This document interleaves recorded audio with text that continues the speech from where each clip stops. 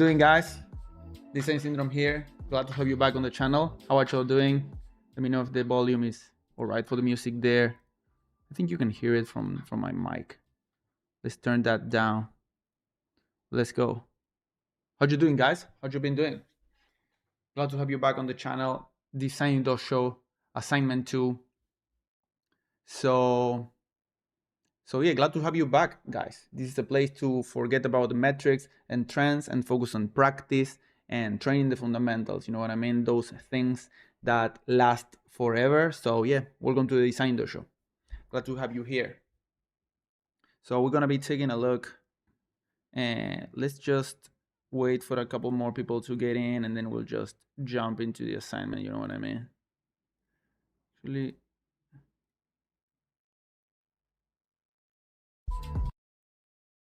let's go. So here we are, guys. How do you manage the second assignment?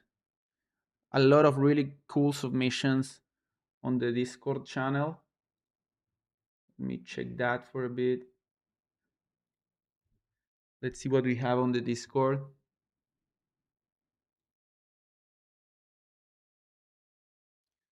So a lot of submissions for the second assignment. So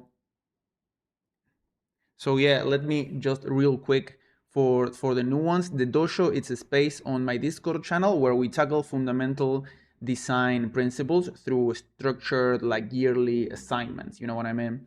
And then we discuss them together through community feedback on the Discord and also during these live streams. You know.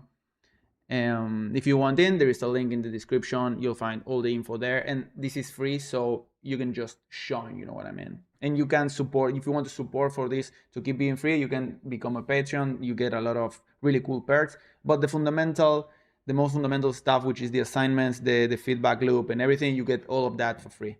So yeah, yo, I'm drunk as fuck, just got onto this stream. Let's do it. Hi everyone, let's go. Drunk as fuck, let's go, bro.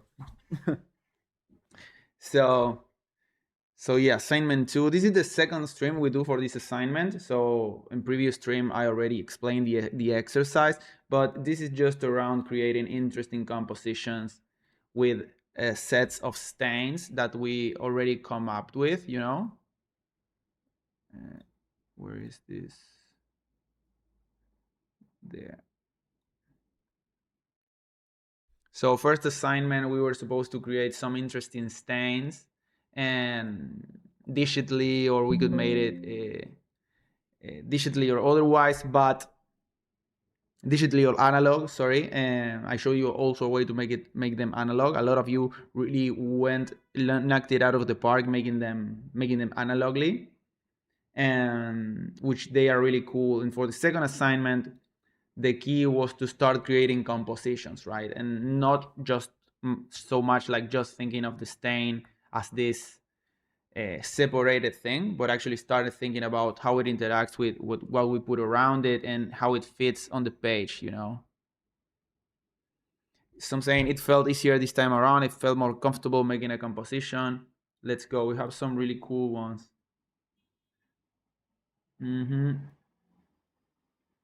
And also a few played with the idea of also changing the size of the canvas and the shape, which was really interesting because really few did it. Like a lot of y'all just sticked to these are really good, just stick to the rectangular canvas, which is all right, but this one is beautiful. But it was a nice opportunity to also like sort of play with the canvas, you know, and play with what that can do. Right here, I'm with the Photoshop, and I was just like playing with this. Sorry. I like to put all the pictures here, but I realized that not every picture got in the frame, which is not optimal. So I'm gonna delete this. No, actually, let's not delete it. Let's just, here are all the images. I made like a Discord bot to download them. I made it with Claude. That was really neat because it wasn't possible to download all the images from the Discord channel. So with Claude, I made this bot and a script to download them, and I also made like another tool to make a Photoshop canvas with everything. You know what I mean? So I need to change this because not all the pictures enter the frame. So I need to change this script that I made. So canvas height, let's make this 20. Let's make it 20 by 20. It's gonna be pretty big canvas. Gap background black. Let's make it a bit more of a gap. So this is a script that what it's gonna do, it's gonna put all the images one side by side. No, but I made this with Claude. Like it's just a script. It's just some simple, like it's just some simple code, but I made it with Claude. When I need to change now, it's the row height. Yeah, I want this to be. The thing is that I don't want it to be so small that we don't see the pieces. Let's make it 900. Yeah, let's make it 8. Just like that. I'm gonna save or close, and then I'm going to Photoshop, and I'm gonna file script browse, and I just type that script, and I tell it on what folder are my images. Feedback here, and it's gonna make another document, and you see it's gonna start like putting them all side by side. You see there, it's just going crazy. But it's super useful because it was chaos trying to like download all the images and sort of make this, because when we see all the pictures side by side, it's far easier to spot what's working and what's not working. You know what I mean? It's also it helps see everyone in a far better light, because the work starts to come together a lot more when it's all together, the group work, you know. Seeing it all together, it lifts off the possibilities a lot more. Not the possibilities, but how the work in its entirety is perceived, right? Pieces that are maybe not so impactful when seen together with everyone's, they become a lot. It creates like a far better sequence, you know, and it's far better to spot those differences and to judge at the work with a little bit more perspective in the assignment, right? So yeah, it's really cool to be able to see all the work like this. Mm. So yeah, yo, like the stream, whatever it is, it helps the channel a lot. And also leave a comment, whatever it is, guys, whatever you're feeling about the dojo, it really helps. Cloud scripts are big. Yeah, there are a bunch of stuff you can make, but I really like. I only like to use AI for stuff that I sort of understand and stuff that I could do, but with AI I would do it faster. You know what I mean? It's like once you start delving into stuff that you really don't know how it works, and it becomes like a genie in a lamp. You know what I mean? So you create something that you can't fix. You really literally don't understand what it's doing. That's kind of fucked. But yeah, here it's just doing the mosaic with all the pieces. Let me know if you have any questions, guys, that you would like to talk about. I have some notes that I did about the pro watching on dark room. Yeah. Let me put just that here, so we don't see the the flashbangs, bro. Yeah, let's go. So off the top of the dome, bro, like just from seeing the submissions, you already killed it. There's nothing. There is not really. This is not an assignment in which I can give like an structured feedback. You know, this is much more an experimentation assignment. And from what I see, from what you guys did, you all nailed it, because you all experimented, like got outside your comfort zone. You know. Uh, how did you change the shape of the canvas? What do you mean, bro? No, you can't. I mean, you can't change the shape. Like they did, like a black background with the shape, with just a white shape and the thing on top, right? But that was interesting to see how the shape also changes with like a circular canvas, with other kinds of canvas, because when you're designing also, you're going to be designing for a bunch of different supports. How about a t-shirt? Nobody did a t-shirt. You know what I mean? Like with these kinds of assignments, trying to think a little bit outside of the box, you know, because you're going to need that when you're working. And when you're working for yourself, you're making personal shit, you're gonna start thinking, look, what happens if, you know, get into that mindset of what happens if, you know, like to just pose a question and see what happens, right? What comes to your mind. But yeah, you all did really amazing. The digitals are really good. The the the analog ones are crazy, guys. Like these are really good experimentations, you know. And I was writing something the other day that I wanted to talk about, I think for a video, but one of the main ideas that I have for the dojo, and I think I already talked about this, but there is this sense of regaining that capability of play, you know. And playing, we romanticize a lot the child, you know, play like a child, which which it doesn't have nothing to lose, right? But also and nothing to gain, you know. And I think it's like time and physics made us that we are only kids for a certain period of time. And I think we should respect that and own that, and trying to regain that aspect of play, but owning full responsibility with it, you know, becoming like full-fledged adults and learning to play like that, you know. It's like this ideal of wanting to play again with no strings attached, just ingraining the experience, right? But I don't think that's realistic, and I don't think it's desirable even, you know. We will never be able to reach that state again, right?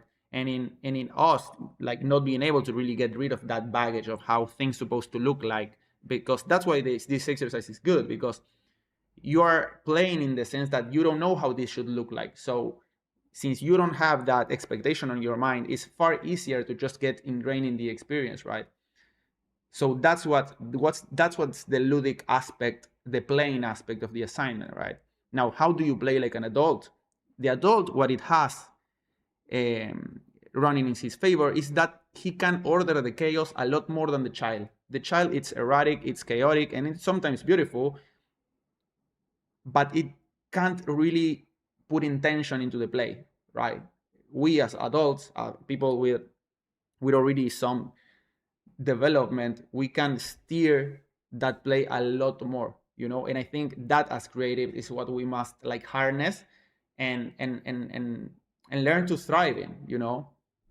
So it's the direction of play like a child that is good, you know. But I don't think it's also like super good to be like this stateless state of play, you know. We romanticize it like it would be so fine to play with no preoccupation, you know. But uh, if you're trying to make something and make something out of it and make something good, there is some healthy amount of stakes, I feel, that is constructive as an artist to, you know, to take into account, you know. And making, we are making this shit for real, and look at what you made. Like these are great, guys. You know what I mean? Like this is a kid want to make this, could make something cooler by sheer accident or because he was born with some type of artistic sensibility, you know. But you can see the play here, and also you can see there is like intentional, right? Oh, Jack is here, let's go. When does he design the syndrome? I just got here. It's so funny, bro. I stopped doing design for a year because I was burnt out, but I saw you were live and thought I should join. I'm getting back into it. Let's go. I talked Nathan Kipka. I hope I'm not butchering that, bro. Is saying I talked a bunch of comp sci people, and in general consensus was as long as you can explain and edit what it made, they don't care, as long as it's not a black box or a genie in a lamp. Yeah, that's what I mean when I say about AI. Right. For example, I have a lot of friends that have, let's see what Photoshop's doing. It's still running, bro. It's still like ordering all the pictures.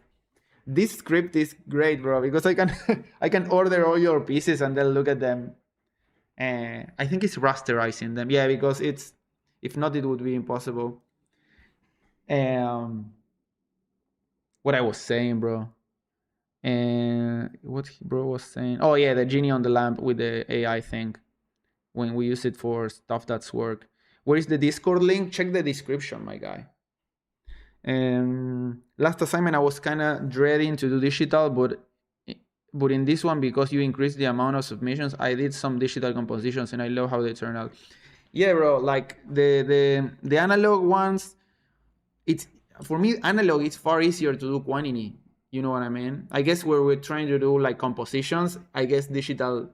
Once you have like a library of things that you made, it's easier, right? But for the first stains, I guess analog it's best, you know. And it also you get to that play state because digital you need to be really versed and really comfortable in the computer for it to reach that state in which you can just go. You know what I mean? That's why I made the template for the first assignment. There was a digital template with the halftone and the texture and all of that, so you can more easily go along, you know. But the I feel like consuming, watching every single detail and apply it to your shit skills and apply your shit kills creativity. I don't know what bro is saying. And apply to your shit kills creativity. I don't know what bro is saying, but yeah, let's go. You know what I mean? I think this finished. No, cannot. Oh no, the scratch disk is full.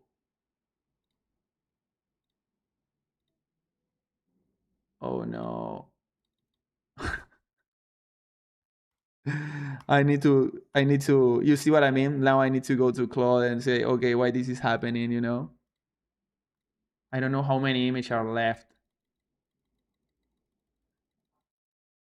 We are fixing this live, guys.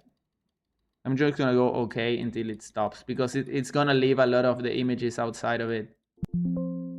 Let's go. Script alert. You see, those are the ones that didn't make it in the thing. I need to like bug fix this and see what's the issue. Maybe it needs to clear the memory. It needs to clear the memory after it pasted a few, because it seems that the clipboard is kind of full. So okay, it doesn't matter. Like we can just use this as try to sort of gauge what you guys did, and then we can. Oh, and also because I had the other file open. Okay, let's just. Uh-huh. Can't find the Discord. Check, guys. There is the Discord in the description, or am I crazy? There was the Discord in the description. I'm sure of it. Let me check, bro. Let me check 1 second.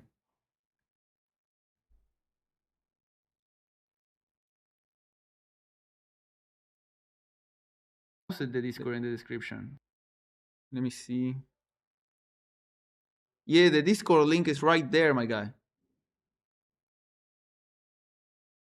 The Discord link, it's there on the description. It says join the dojo. I mean, it's gonna take you.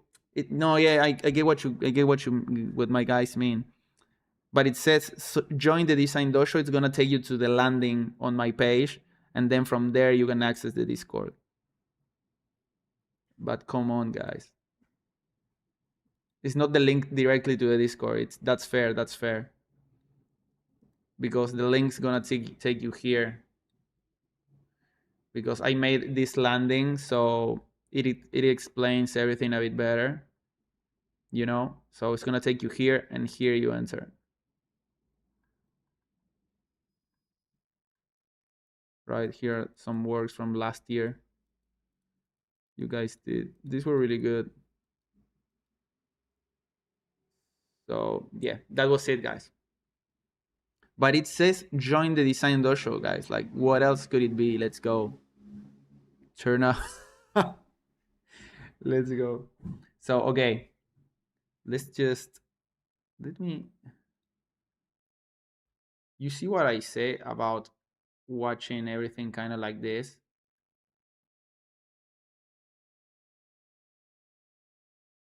It's a bit better. Let me see if I grab everything. I'm gonna raster everything, sorry guys, because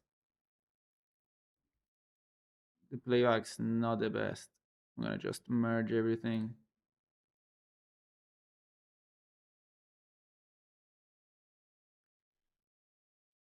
Let's go.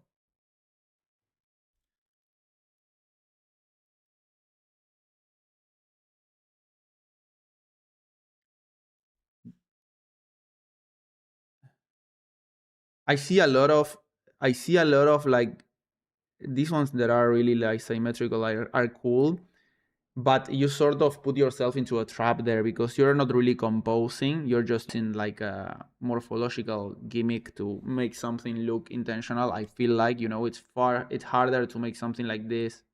These are simple, but you know what I mean? Like you put something through a kaleidoscope and it creates something that looks intricate, but it wasn't your intention. It's a nice experiment though, but I wouldn't use it for all the pieces. You know what I mean, my guy? Like I see a lot of you guys are doing like repeating like from the same set of stains, when you have stuff maybe like this, right? And when we think about contrast for the composition, you guys kind of nailed this kind of stuff, like the hierarchy. Like let's put something really small. Let me put another here so I can draw on it.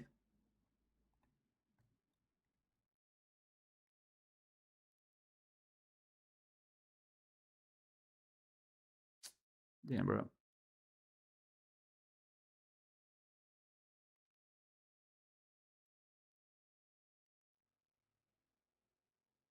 Yeah, that's what I mean. It's more of a pattern than a composition, right?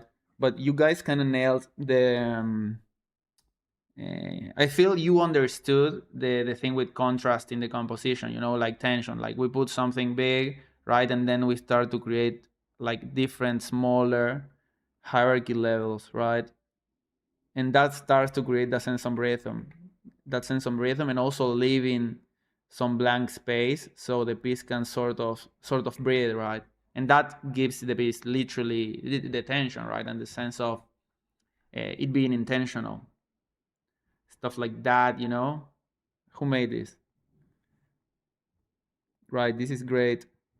It's pretty controlled. It went a step a bit further from the stain, but this is the assignment. Like the big gesture, big thing,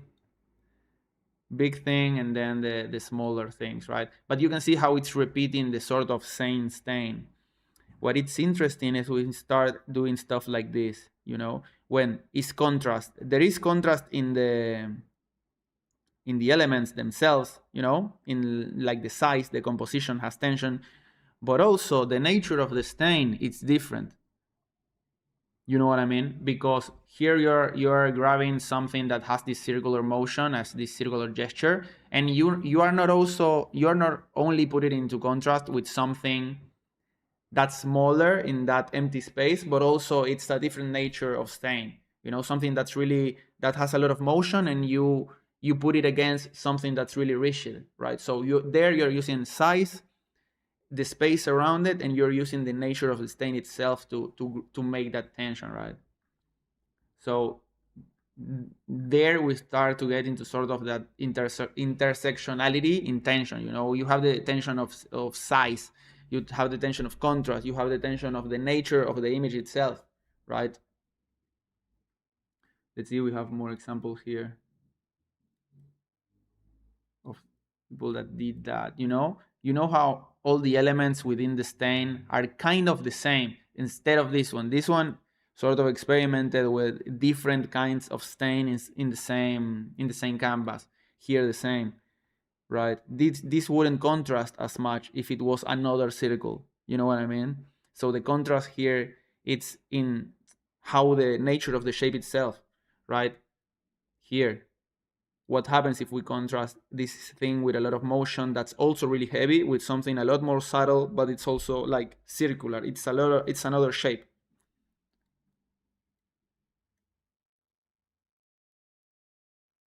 Right, let me see if there's another. And nature of the stem. Here I have also some notes. So, and also you have like the contrast of these ones are good, like triangular like canvases. I really like that. These are really good, really beautiful, but they fall a bit simpler. You know how you, because how can you make it so it's not the same already for being on another canvas? It sort of changes the dynamic, but how would you design it for being on a circular canvas? These ones retain a bit of that accidental nature from the stain itself. I would like it to feel a bit more intentional. This one is kind of beautiful, where you have all that accident, and then it sort of trails off and creates those little like hierarchy levels below it. Yeah, they are good. But can you see what I'm saying, guys? Right? It's just it's not just putting, like, that's a nice trick, like they put in something big and then something really small. It's a really clear way of showing hierarchy, like this one.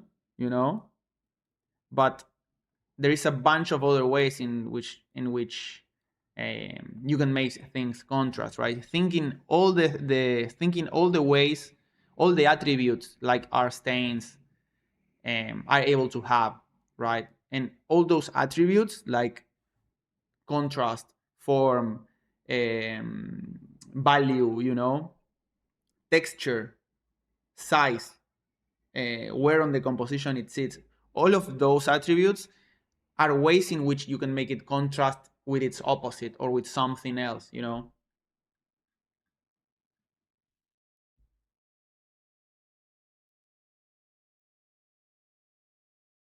right? Let's just do something.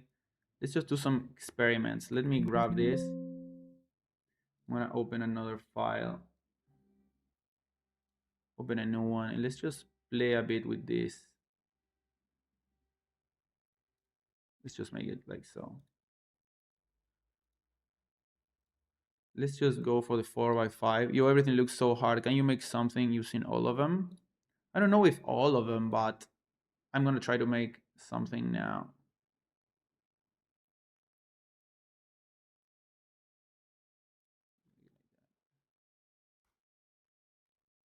Oh, my scratch disk is full. Wait, I need to purge my memory because it's purge everything.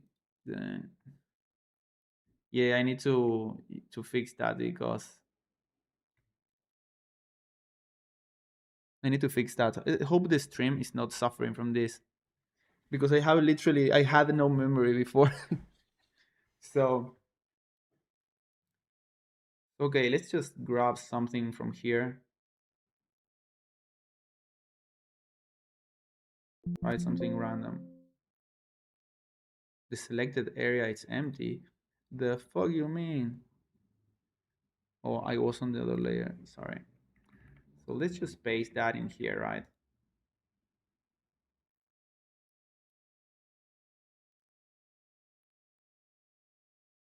Actually, let's just to make it, because I'm gonna be using like smaller images. So let me grab a texture.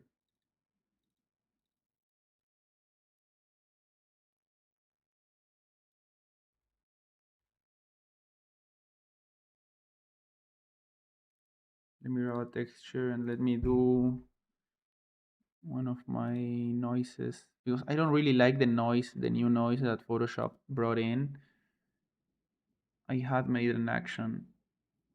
Where is it? Cutout tape, instant noise. These are my noise actions. I haven't released them. I need to release them for the Patreons. But you see, it creates this crystal noise. Let's make this like so, and let's just drop a bunch of levels, and let's just make it. Yeah, really dramatic. I just want to compress the values of it. Yeah, yeah, boy, yeah, boy. There, That's what I want. Okay, let's just put this in a group and let's lock it so I can just play with what's below it. And this is literally the template that I have for the first assignment for the noise one. That's a bit better. So I'm sure that more experienced participants still apply certain principles, made many of their decisions more intentional, approach things a bit different than those with less experience. Yeah, for sure. Yeah, you can spot that. But still, there is something that that's what I'm doing this literally, like, so you can spot those differences better. And another thing that I wanted to talk about, I guess let's do this first, and then I'll show you what I mean. It's like there was one of the pieces of the guys that I don't think that piece got in, or it did. I think it was sumo piece, one of the sumo pieces. Oh, somewhat did these ones. These ones are beautiful, bro. These ones are almost calligraphic. They have this calligraphy like subject to them. This could be another assignment, but this could be more for when we start doing typography. We could come back to this because there is a calligraphic gesture here that it starts to look like a symbol of something, like a sigil. And that's a morphology language in and of itself, to you can make a bunch of strokes, but they might not look like a symbol. What makes things look like a symbol in which you see it and you go like, that must mean something, so these ones are really great for that. What am I looking for? My dog, sorry. What I wanted to talk about was kind of this, like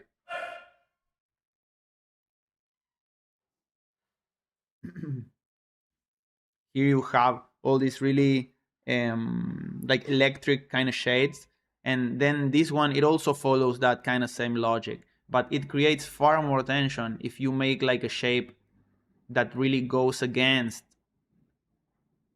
that morphologic language that it has, so what happens if you create something like this, right? And then you have the contrast of the position, of the size, but also the nature of the shape itself, right? Now it's not only contrasting with this, but it's also like another thing that has another language completely, right? So maybe I make something like this and like so, and maybe you put another square somewhere that sort of breaks that. Oh, sorry.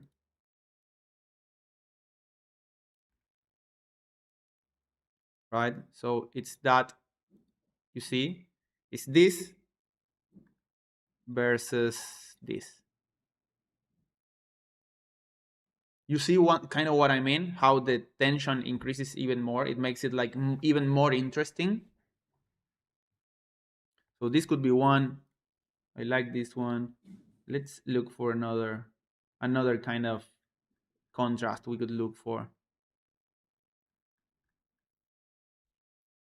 You see, this is more of a pattern. This is more of a pattern, but for the next assignment, we're gonna this is gonna be good for the next assignment because we can start looking into something that's called page topology. Page topology, it's like what's the page topology? It's like what's the archetype of the shape of the page. You know what I mean?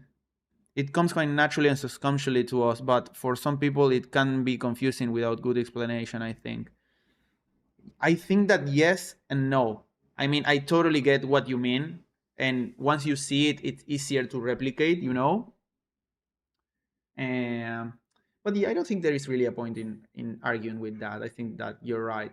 But also, like if we are designers and we are kind of trying to tackle this, right? It's like we should pay a bit more attention and try to figure it out. Um,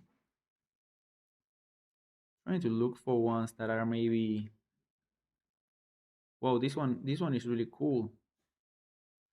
This one is really cool. Trying to find some interesting shape. Oh, this one. This one. This one is really cool. Grab this. Also by grabbing this one, if I start to sort of like play with this composition, like it starts to look really good. You see what I mean?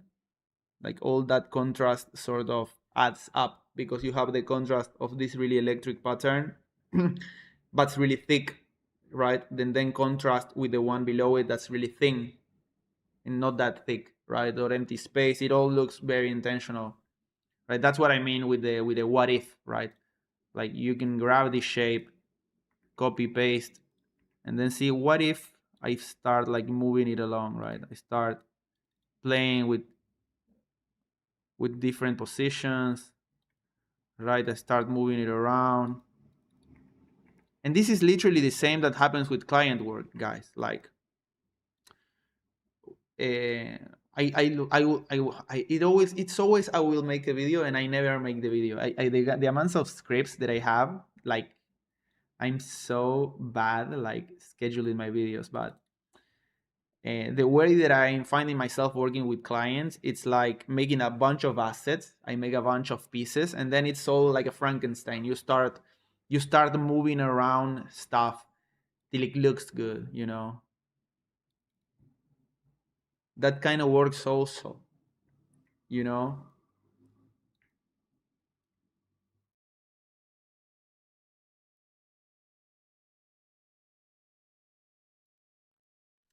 Then maybe we can do the same, like taking 2, 3 random submissions by others and make compositions as a side quest. Yeah, bro, that's a really good one. That's a really good one. You could make it as a side quest. That's really good also if I put like side quest. Bro, you gave me, I think you gave me an idea, like you gave me an idea for the next assignment, because next assignment, that's really good, bro. Next assignment is the sequence, right? But you can make can we layer different stains, and can we use mockups to vary the shape of the work surface? I mean, not use mockups, but if the shape is the shape of a t-shirt, you can make it, but don't use a mockup because you're gonna start adding all the quality from the mockup, especially if you use one of mine, you know what I mean. But if you use like a really cool mockup, it's gonna make the stain look better, and that's not the goal. The goal is to have a shape for it to be the container. Only that. So use a blank t-shirt. Um, sorry, what I was saying. The next assignment, we should make like a bunch of more stains to create the sequence of pieces. But it would be cool also for people that maybe didn't participate it, that we used any stain. You know what I mean? Like from anyone. That could be cool also. It gives you like a far better like library of pieces to choose from. But wait a minute. I'm going off topic here.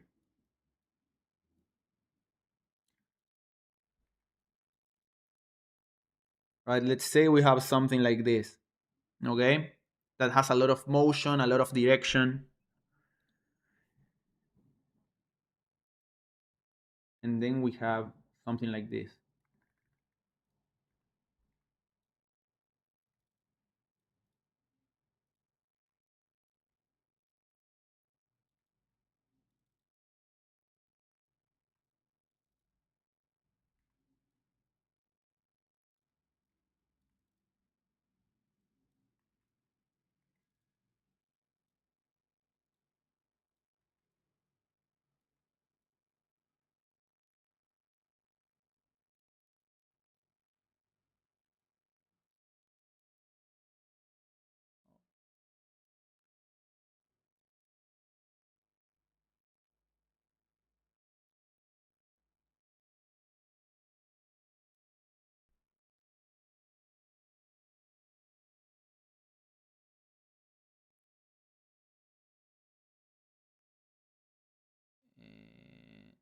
Merge layers. One second, guys. I'll be right with you.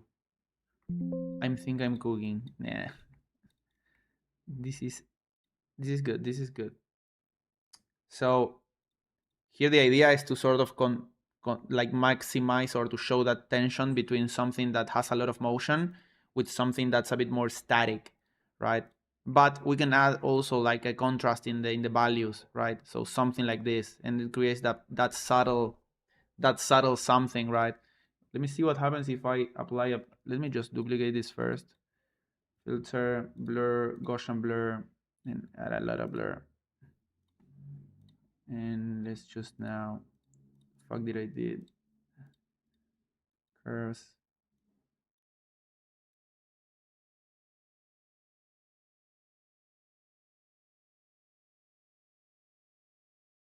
Mm-hmm. Mm, yes, we take those. We take those. Boom, another one. You see what I mean, guys? Maybe I duplicate it. Ooh, that's it. That's it, bro. So again, what bro was saying, you talk of. Uh, one second. Let me move this like so, like so. No way, no way. Dustpan in the chat. Who's Dustpan?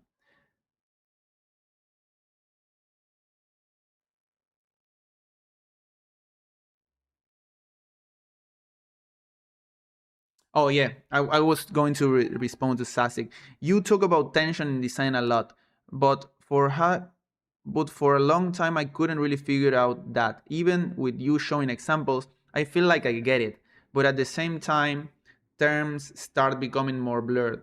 Yeah, that's why. Like if you can look at the first streams, I talked about this a bit more in detail because you can read about this stuff, right? And I come up with the assignments in ways for they to be able to show you how I see this, how I think about this. You know what I mean? And when I learned this in uni and also like drawing a lot and in doing this a lot of time, it's not something that I can tell you ABC, this is like this. It's something that's why the assignment, it's you need to make 10 pieces and then you need to make 25 pieces, and next one is going to be you need to make, right? Because it's not something it's a sensibility you need to develop, right? And you develop that sensibility through doing it a lot and through looking at a lot of work, right? You're looking at the work of others. When you look at a poster on the street, when you look at something on Instagram, you can start to really look at it, right? Really look at it and pay attention, and okay, why does this typography go so hard, right? And when you start to pay attention, you realize that it's big things next to smaller things. You know what I mean? Like that's tension.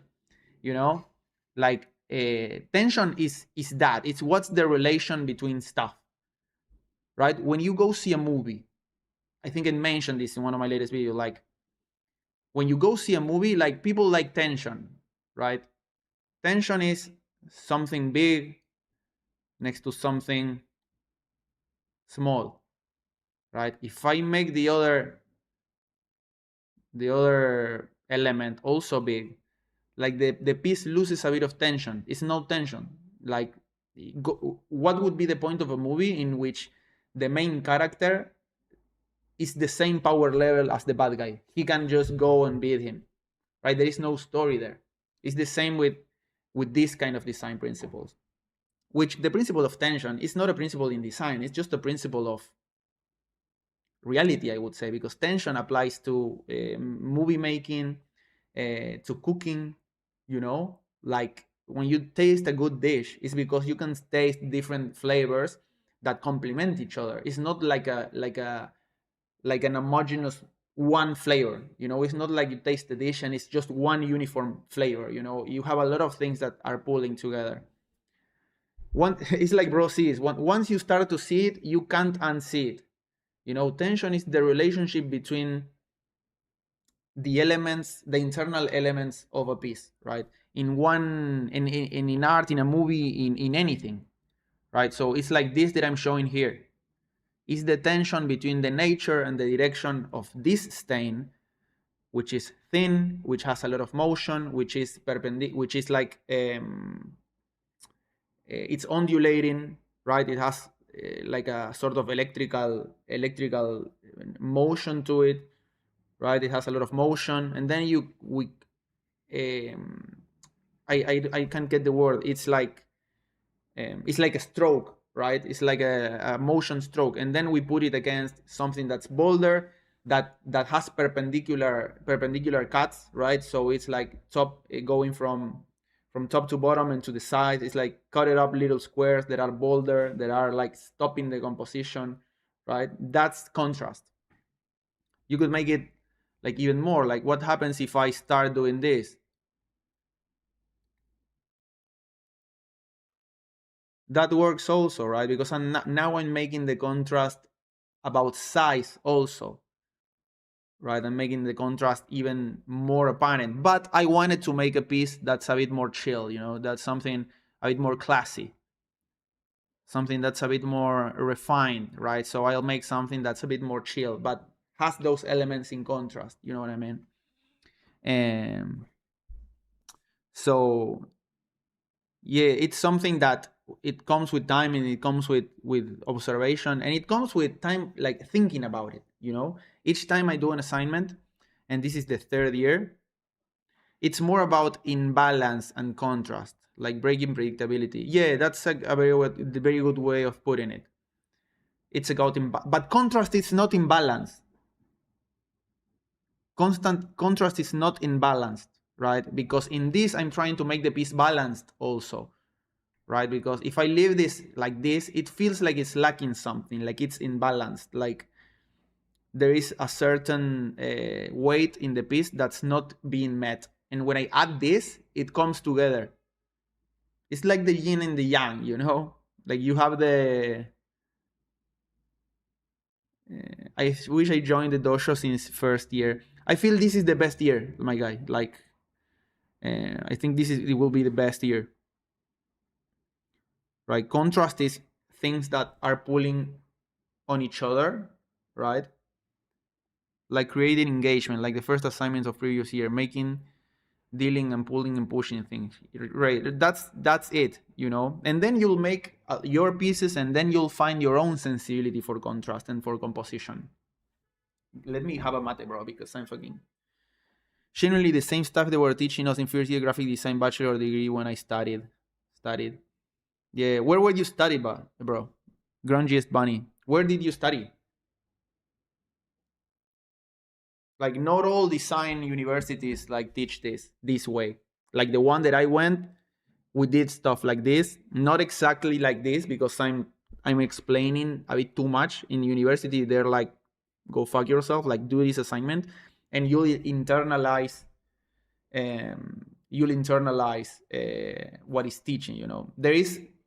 There is a thing I'm learning also to teach while doing this. Sometimes it is not that good or useful for me to explain what the assignment does all the time.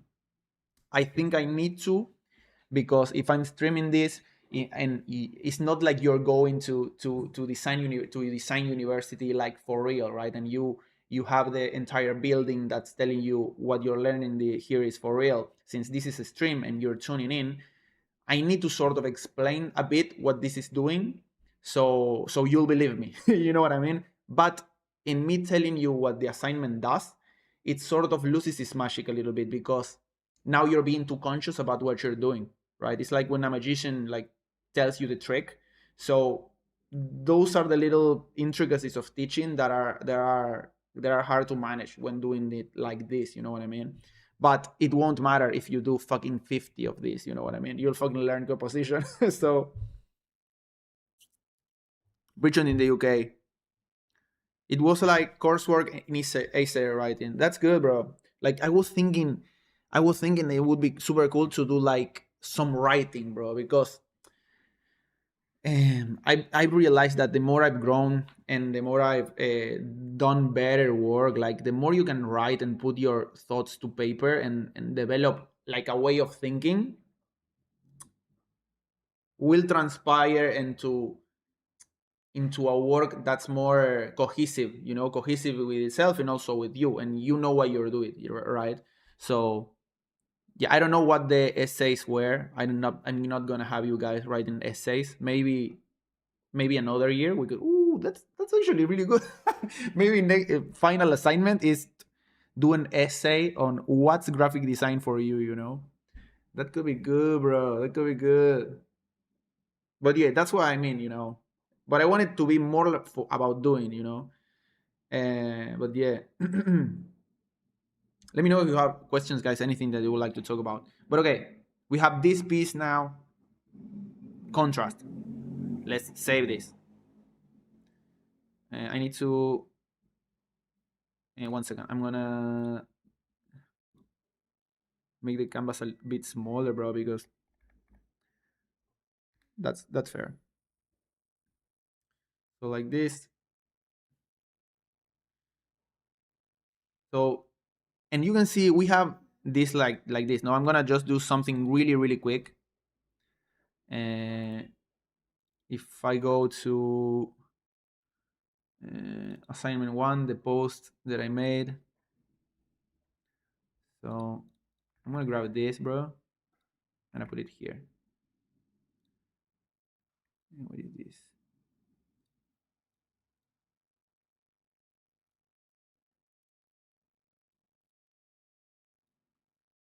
One second, guys. Right here, I just added some more elements that are from the post that I did for the stains of the assignment 1.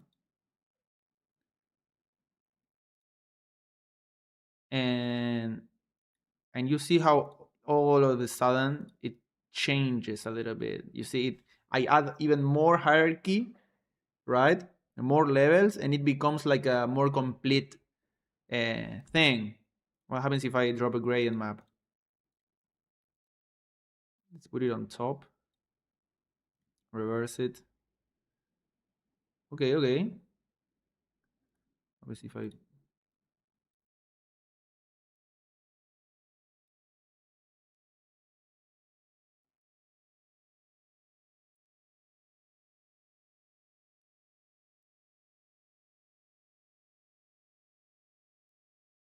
Cool.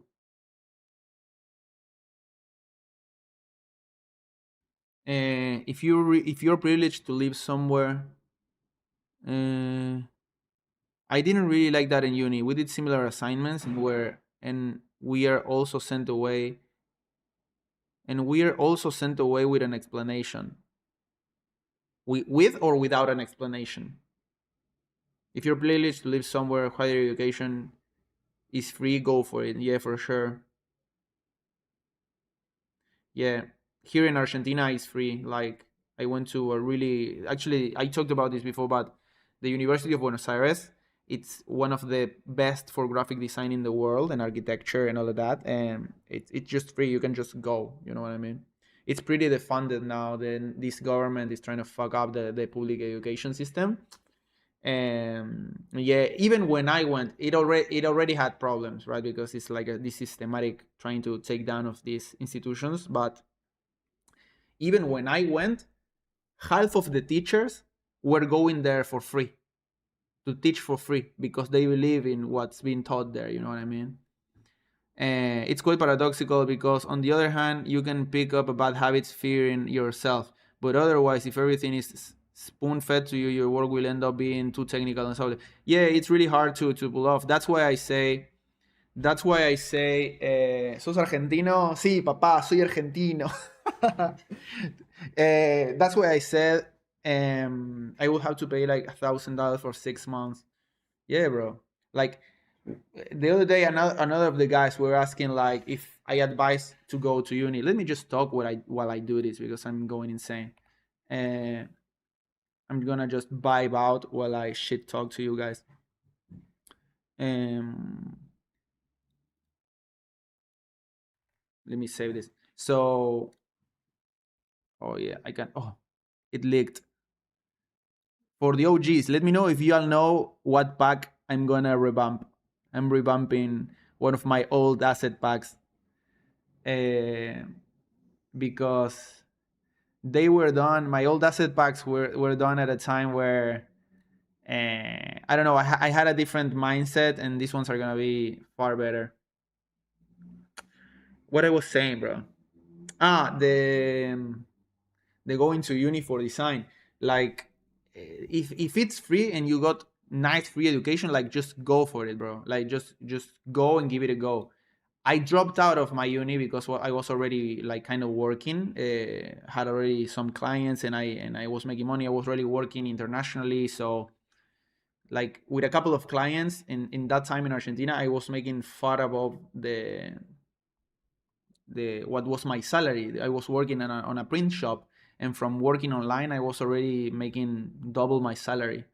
So I dropped out to pursue like the working career, and that had a lot of downsides. And I think of career, and I think it went good. The money was good, right? I was doing better, but my work suffered a bit from it because I didn't pay attention to what I'm gonna tell you to pay attention. Like if you're gonna go the self-taught route, and if you're gonna teach yourself design, that's fair, but make sure that you have a feedback loop with friends. Like make friends that are also into design, and send your work, be in conversations around design with other people that also are trying to learn.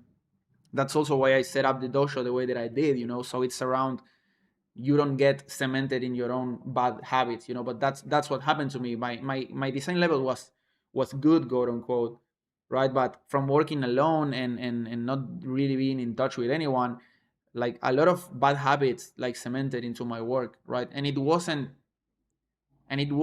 till the dojo, it wasn't till the dojo, the first dojo that we did, that I realized that it's nice to try to break out of those ways. You fall into your little tricks. Are you making money with selling prints? I don't sell prints.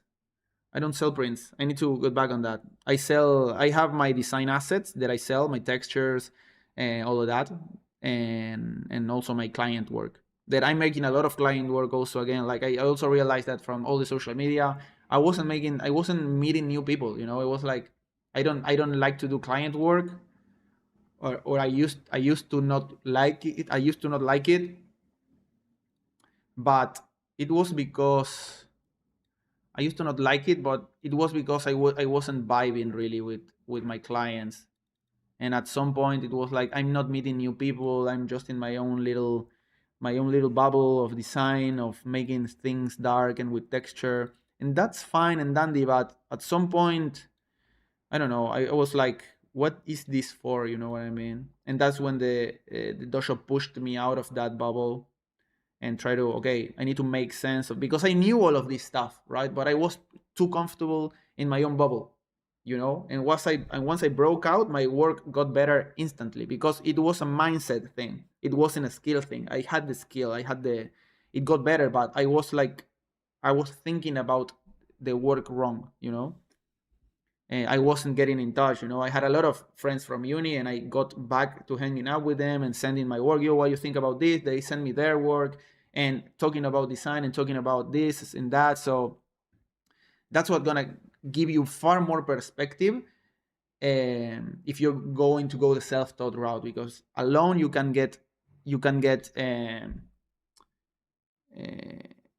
get a lot of your bad habits too cemented. I'm in my third year university. I feel like university teaches more about the volume and consistency of work than about fundamentals of design itself. Even so, it pushes you in a good way to live design and to be in constant contact with process. I don't know if you understand the idea. I wish you could teach us how to do vector pack, like how to vectorize stuff. Bro, you can learn to do that in a single YouTube search. Like that's another thing of why uh, that's another reason why I started the dojo. Like the no more tutorials, like the no more tutorials slogan for the dojo means that, like I will keep doing it to teach some effects because it works on YouTube and it's fun to do it, and you can do it in a way that actually teaches you to think about the software differently. But I don't feel like keep feeding into that, yo, teach me how to do this, this is gonna make my work better. And it's like, no tutorial is gonna make your work better. Like, what's gonna make your work better is this, like literally doing this, fundamentals. Also, in an era in which where literally new stuff gets released every day, new tools that are for you to think less, to have less process, and to make the final piece arrive earlier. It's all about the finished piece, finish. And and in that you lose all the process. And you can say, okay, but I have the piece faster. Yeah, but then what are you doing it? What's gonna be your days like, right? I found this far more enjoyable than prompting. And I'm not anti-AI. I'm not anti-AI, right? But I'm like anti, like, let's just do what's more like profitable, because it all stems from the same like perspective of what matters is the product, the final thing. If and that could be it for some aspects. Sometimes it could be like that, but you need to think that we're doing this on the daily, guys. And if we don't enjoy this, or do it in a way in which it actually teaches you something else, and it's applicable to other areas of life, through understanding design and fundamentals, you sort of starts to understand a lot and other kind of stuff, right? Any understanding, it's only true when what you learn it's applicable to something else. So what made you be not anti AI? I don't know. Like, I'm usually not about. I usually don't like to complain about this kind of stuff, and not complaining because it has a lot of bad things. I feel like the copyright stuff, but at the end, it's just an inert thing. Like, it's just a signal. It's showing you a bigger problem that we have. That we fetishize AI this much. It's like we don't care what we do, bro. We just care about the finished thing, and that's why AI exists, right?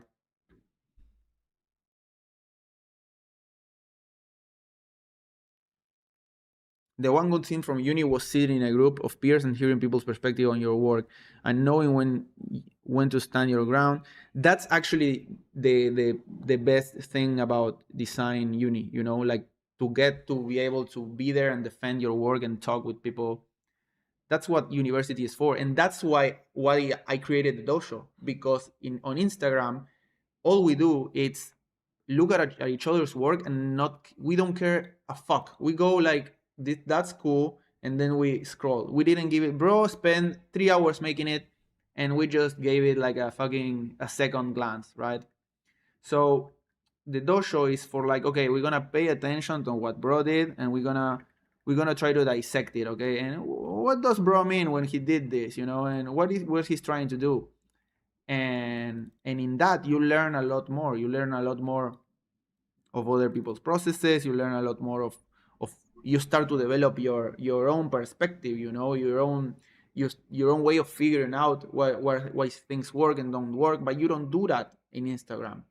You can do the exercise. Next time you're on Instagram, actually look at something, like look at it and try to see why it works, why it doesn't work. Like, pay attention and actually value the work that other people do. And I'm guilty of this myself. Like, I go like that on Instagram. It was like, cool, cool, cool, and it's like, what the fuck? What does it even mean, bro? Eh, I have some of them who practically teach nothing, but sometimes they throw a phrase or a very specific piece or info on a certain process that can completely change your entire. That's also a design school. That's a school. I mean, that's being around people. That's being around people, like, full stop, right? It's like, maybe you had a teacher, and that's why you go to uni. What not what you go to uni, but that's why you get in groups with people, right? Because you don't know when the next nugget that's gonna change everything is gonna come from, right? Remember, we had this teacher for typography, Raúl Longinotti, fucking wizard. One of the he's an academic. He's known only in those like academic circles, And this dude was like, every time he gave a talk, it was like, this dude is crazy, right? And everything was pretty anecdotic, classic, inspirational. Oh, look at this. This is cool, right? Uh, Pretty inspirational, like university stuff, right? Uh, and he was having this talk process, about process, and at a point he said something like, good design, it's about work, it's about a lot of work, right? And we fantasize with this moment of being strolling down the street, and we're gonna be hit by an idea like thunder, and we are gonna feel so inspired that we're gonna crave the work. That's the fantasy. And he said that's never gonna happen. Lightning will only strike when you're working. Right? And he said that, and I remember like my hairs like got up and was like, I just heard truth, because I had been working, and I'm sure you guys have experienced it too. Like, you don't feel like working, and then you slog yourself to work, and then you start working, and all of a sudden you find something that works, and then all of a sudden you can stop, right? And you start working, and that's what it means. You don't get hit by thunder, like you are thunder, you hit the thunder, but you do that through work, not by like just being there and hoping inspiration comes. What the fuck? That's not ninja, bro. That's not shinobi. So so that's what we do, bro, and that's why what I aim to teach here ultimately. It's not design. Like, design is just a vehicle for this. What I hope to do with this is to fool myself enough that I'll enjoy design. you know that's actually what I try to do here. Inspiration strikes while you're designing.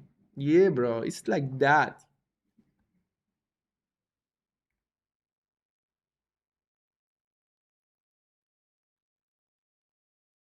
Ooh, this is nice, bro. This is nice. Ooh, this is nice, like that. What we both saying? I try to go through my IG saves and remind myself that I actually like what I actually like about stuff. Yeah, bro, it's so important. A lot of niche things that no way you would find an interest. Yeah, that's also you. On uni, you get like introduced to a lot of really cool references, right?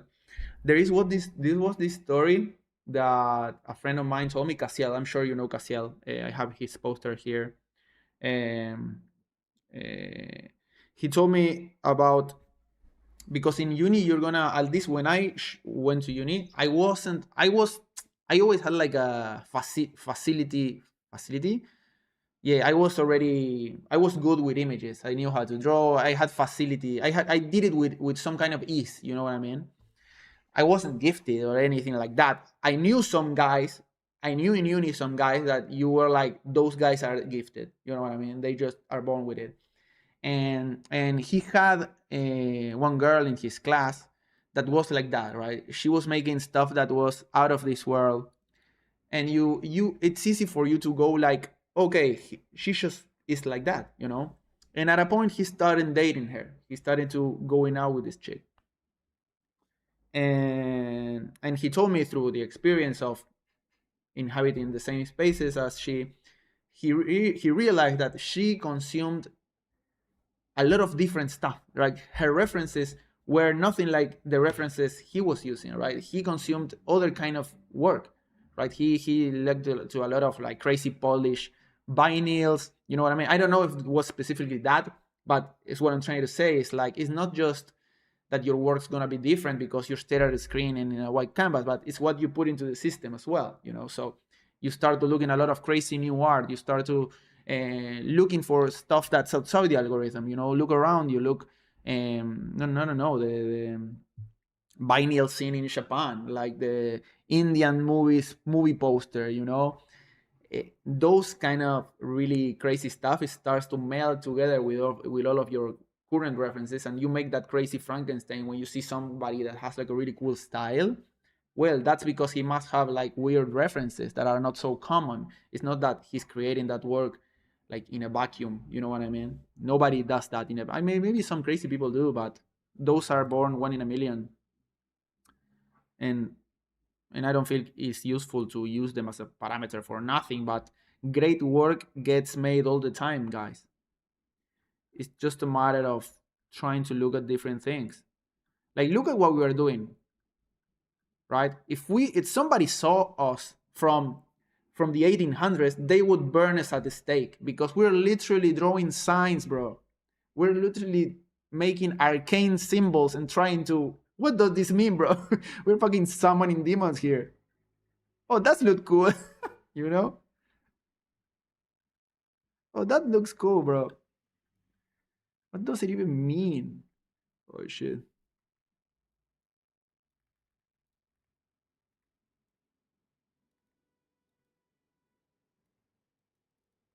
No way, I'm doing whatever. I need to log in, guys. I'm gonna need to log in. I'm gonna do, you know what I'm gonna do, guys? I'm gonna put a little bit of music and I'm just gonna chill. I'm just gonna I'm gonna try to knock out a little, like 3 of these pieces. Okay, let me listen to the music as well.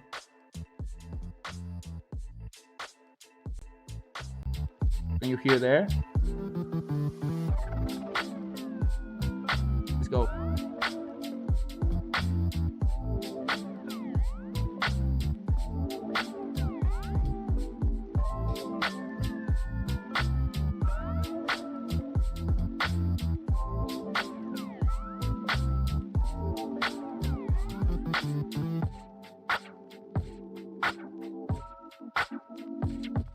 So the dojo is a cult. No, I don't like that, bro.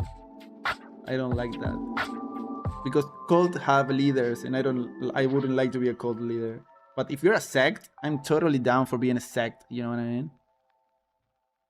It has always been, no, bro. Somebody make the meme of the astronaut. Like, is the dojo cult? It always has been, you know?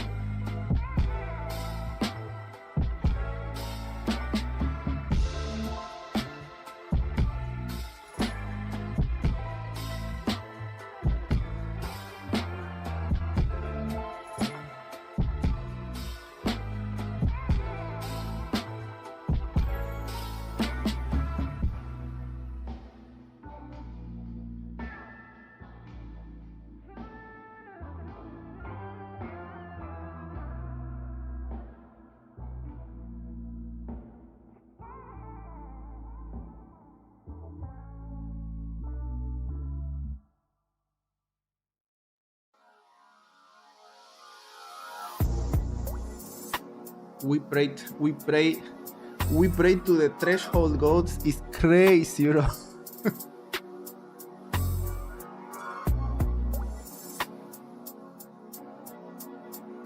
The threshold gods. That's crazy.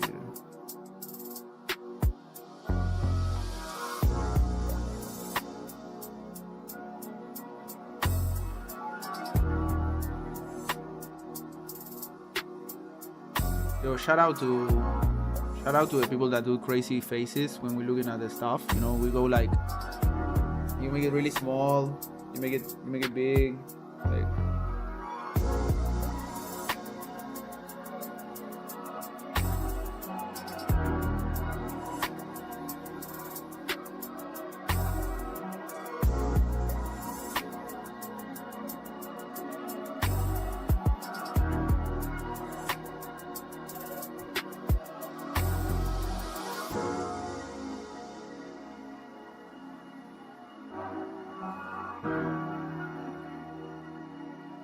Bro is saying, what's some of your guys' best advice for improving as a designer? I recently went back to school for graphic design since I'm fortunate enough to go for free, and it's something I genuinely enjoy doing. I guess we just kind of talked about it, but let my guy know, guys. Give him some tips. I'm just trying to finish some of these pieces, and I'll get back to. I'll leave some questions there, guys. If you want to talk about something in particular. Oh, guys, wait. I wanted to talk about something really quick. Let me pause this just a bit. And today I said like on the Discord, like I would like to see yourself copy each other a bit more. And what I meant by that is like somebody did the triangular stuff, right? Nobody replicated it, right?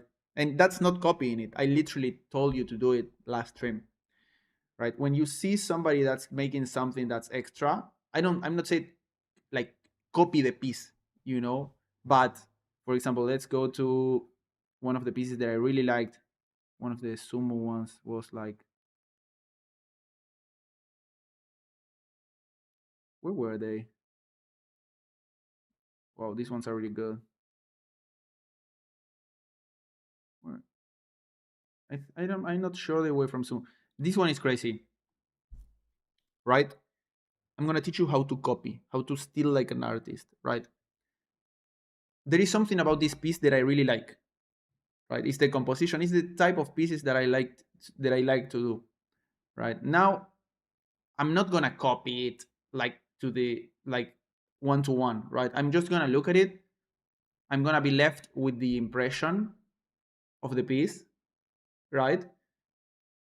Now, boom, that's a photo. I have it in my mind, and I'm not gonna look at it again, right? Actually, I already copied that piece, right? It's the one of the first ones I made, right? This is the piece that I did. Actually, let me show it on Photoshop. Fuck.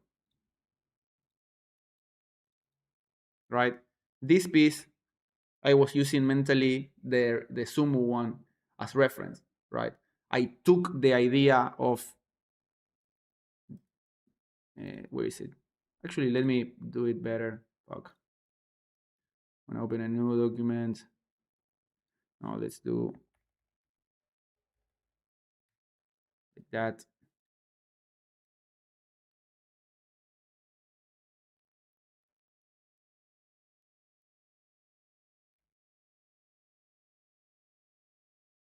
Mm, damn, bro. I'm gonna do it the ghetto way. Just gonna screen capture. Was too lazy to fucking.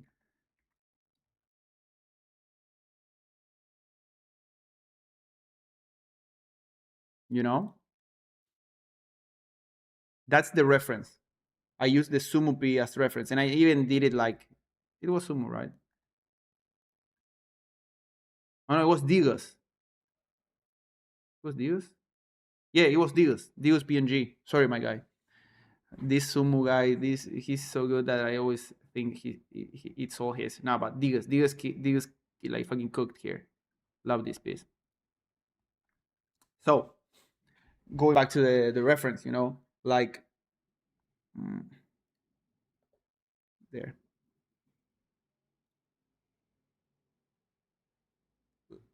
Like, can you see the reference? Here, my idea or the impression that I was left with is using this really abstract, really stained, little spotty background, and then contrasting that with a much like rigid shape. That's the idea that I got from the poster, right? This really subtle composition that's really spotty, that's really elegant, right? I stayed with the sensation of the piece, and I try to replicate that sensation using some of the ideas that he used, but I don't use it the same, right? I could be easily use some pure black squares here, right? But I took the idea from this image, and I try to push it a bit further, right? Push it a bit in other direction, but the idea is there. Can you see it? Can you see sort of the reference? So that's how I approach like working with a mood board and working with something with clients, right? Sometimes the client comes for you and like, yo, I want something like this, and you go, okay, and then you use it as reference and you try to see, okay, what's the seed of this, you know? Yeah, it's inspired by it's inspired in that, but I was trying to make the clip for TikTok, like how to steal like an artist. But this is what the phrase means, it's like to copy something. When you copy, you're grabbing something that belongs to other and you put it your name. That's copy. To steal something is to have something from another place and make it your own, right? When you make it your own, you're stealing like an artist, right? You're grabbing it and using it as food to making something else. So this is one example of how that would look like, right? But I remember that I sat there and I look at this piece, was like, okay, I really like this little, also the difference in the nature of the stain, like this little like spotted background that's really like chaotic, but it's also contained because you have all this white space below it, right? And those squares that really contrast with the thing, and then this thing back here. Okay, but I like this situation that he has here, right? So okay, I'm gonna grab that idea and gonna make something, bro, that way. And I'm gonna make something that retains some of that spirit, right? But it's not like I had the piece constantly next to it. It was like I saw this even yesterday. I saw this thing yesterday, and it stuck with me the entire day. And just now I'm using it. I think it was Rick Owens that said like Rick Owens is a fashion designer, but he looks mood boards like only one time. Like he shows his designers the mood board one time, so they're left with the impression of the collection he wants to make, and they just need to make it, right? I don't think it's good also to reference the mood board all the time. I never do that. Like I just look at stuff and try to remember it, and that's also a cool way. Like because if not, you end up copying too much, right? I think it's also nice to copy if you're doing a study, when you trying to learn like um, to paint, like to actually paint with acrylic and that stuff. You can do a master study in which you try to literally copy painting from one of the masters, and that way you learn a lot when you try to copy it exactly. So I think that's a nice assignment. We did it last year. I feel like try to copy someone that you really admire, try to copy his work, and you learn a lot, right? Because you're not trying to be deceptive, you're literally trying to figure out how he interprets like composition and all that stuff. That's really useful. Ray, let's go. So yeah, I'm gonna continue with this a little bit longer. Actually, this one I'm gonna delete, but I guess I'm gonna make that like a full piece later to talk about that. Like the still like an artist, I think it's cool. And let me go back to this.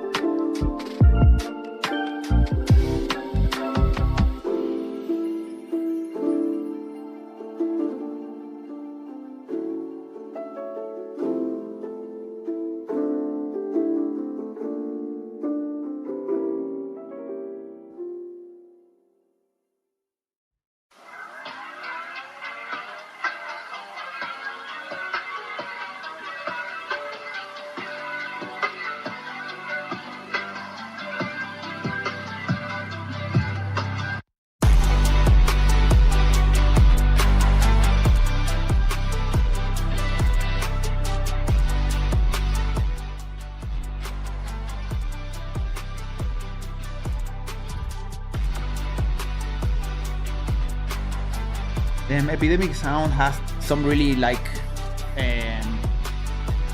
good stock music, you know what I mean? How did I elongate that part? I literally just grabbed it like this and just stretched it like literally.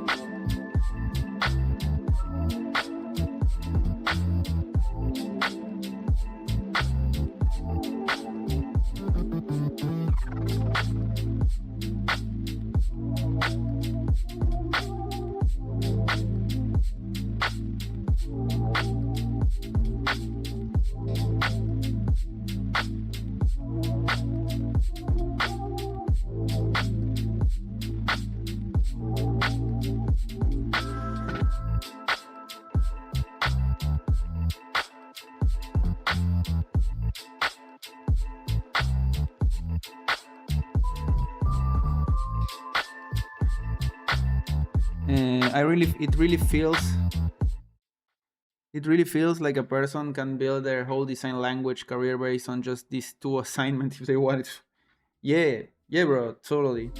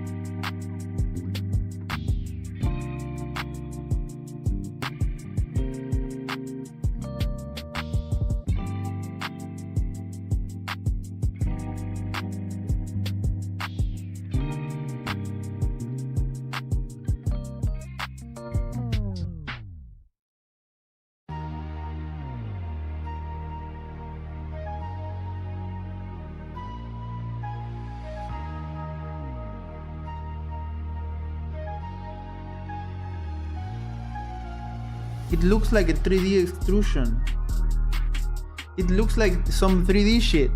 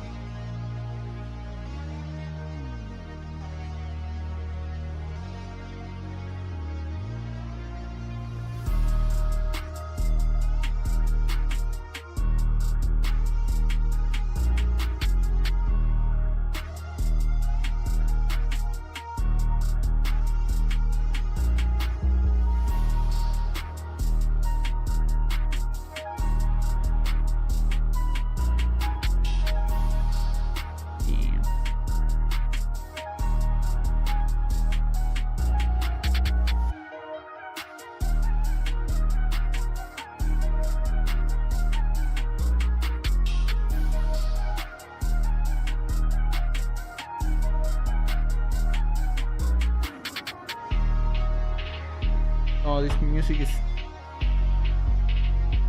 bro.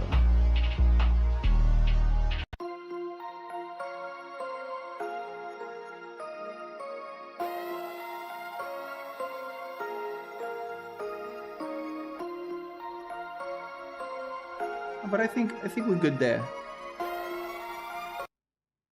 Yeah, I think that's good. So let's just leave it at this.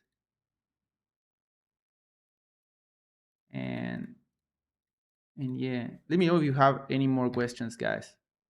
I'm gonna try now to make a. Let's just save this one. Let's see my piece. My piece. And no, let's see to local. Okay, be like that.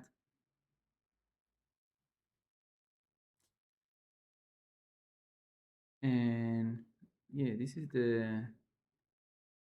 I gotta work on that script so it doesn't run out of memory because I'm gonna need to to make all of the uh, like the sheet with all the pages. Joe, real quick, let me show you like the new graphics for the Necronomicon. I wanna like move them real quick.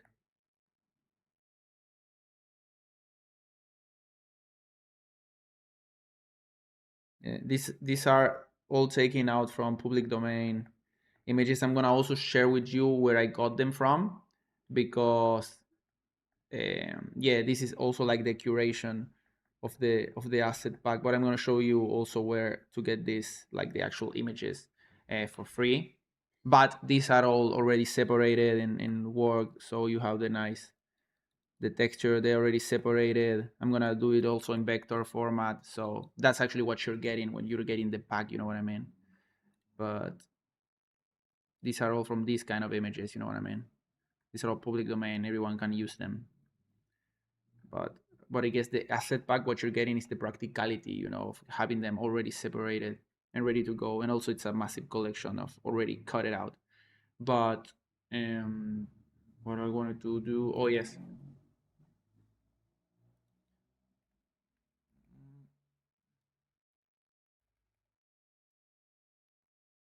I like when I'm making these kind of posters.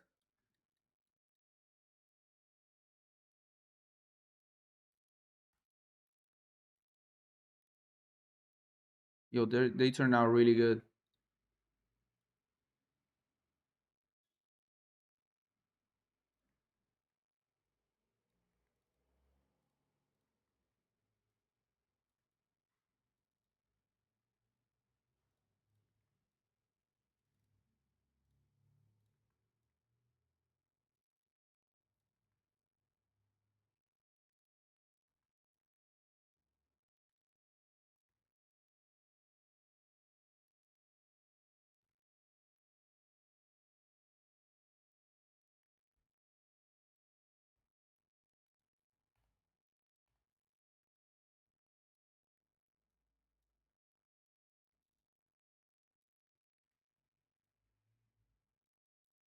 right? So here are the ones that I made.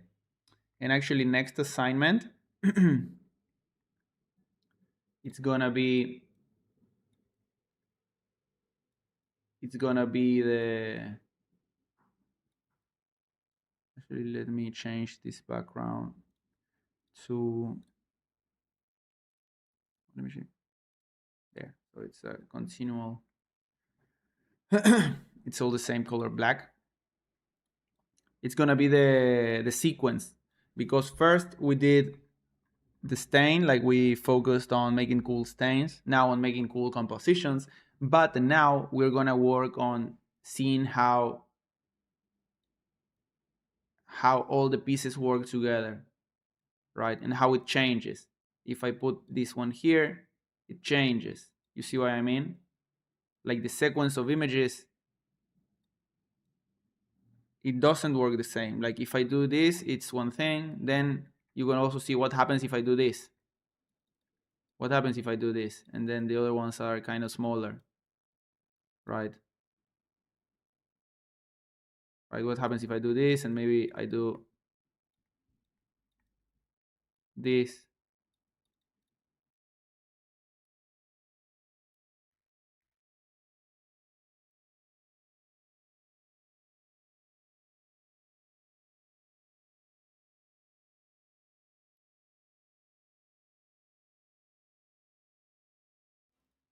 right? We're gonna work on the sequence because that's important when you're working with bigger graphical systems. It's important to now thinking first. You think about the rhythm of the stain, like making this look cool. This needs to look cool. Then the poster needs to look cool. It needs to have rhythm. The poster needs to have rhythm. Then the collection of posters need to have rhythm, right? Contrast. It's layers upon layers. The element needs to have contrast, then the poster needs to have contrast, then the system needs to have contrast, you know? So what does that mean? I'm going to explain it better next assignment, but the order of the pieces changes. It's like each time you're trying to introduce something new to the system, it's like pacing. You know, when you play a video game, like they don't throw at you all the new enemies at the beginning, and then all the game is the same. They introduce new weapons, so the variability keeps you interested, engaged. So this is kind of the same. It's about me and being mindful about the sequence, so it tells a story, right? It doesn't mean that you need to go like from less to more. Maybe it's from more to less, or maybe it's constant. The rhythm is constant, but it needs to be a decision, right? It can be a bad decision, but it's something you need to think about also. Like aquí, like what happens if I put this here? Like it reads like another poster, or like that, right? And this is really I really like doing this the sequence, because it's more like a curation exercise. You can be a lot more experimental and playing and see what happens if you come up with these really cool like page layout compositions.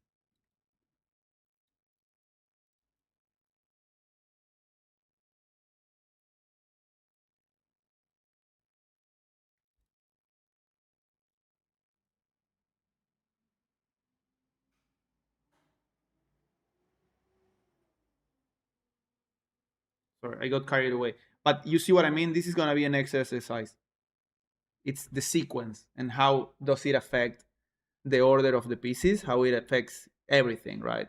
Then from this, we move into typography, right? That's gonna be an interesting one because it's hard. It's hard to do type, but yeah, I figure we'll play around with symbols similar to this, but with letters. We might do the exercise and the calligraphic one. That's a cool one to do, bro. That's a really good one to do. And yeah, but this is it, guys. Let me know if you have any questions, something that you would like to talk about. If not, I'm gonna be closing this. I'm gonna save this because I like how it looked. Oh no,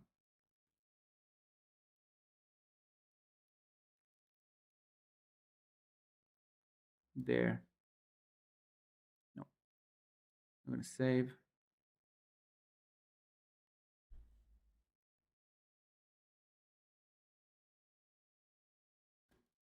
And there we are, my guys. So yeah, we are kind of done for today. I'm kind of killed, not gonna lie. But yeah, it was really good. We came up with some really cool pieces, some really nice feedback. I think we really managed to close the idea of tension, of what it kind of means and how you can sort of spot it better in your pieces and in the work of others. And yeah, guys, just circling back to the dojo. If you want to join it, you have the link in the description. But it's about that, you know what I mean? Like getting in there, looking at the work of others, and just trying to articulate what you think and what you think, why you think it works or why you think it doesn't work. You know what I mean? And in that articulation of putting it into your own words, into your own language, you're gonna start to at least understand it in your own terms. You know, that's at the end, that's what understanding is. There is not a way in which things like are, right? There is only a way of in which you can look at them, right? It's all perspective. And in design, the ones that are the best have the most unique perspective, right? So they went through this exercise of doing and doing more and analyzing. I don't know if analyzing, but in doing, you analyze. It's like analyzing through the body. You know, you analyze things through your body, through putting it through your own motion, and that's when your creative identity starts to appear, right? So, or that at least that's what I think, and that's the dojo, bro. You know what I mean? This is my pace, my space. I'll do whatever I want. So that's it, guys. Hope you learned something. You know how it is. Fuck peace. We should conflict. See you on the next one. See you on the dojo. Want to see your work there, my G. Let's get it. Bye bye, guys. Want to grab something to eat. See you on the next one.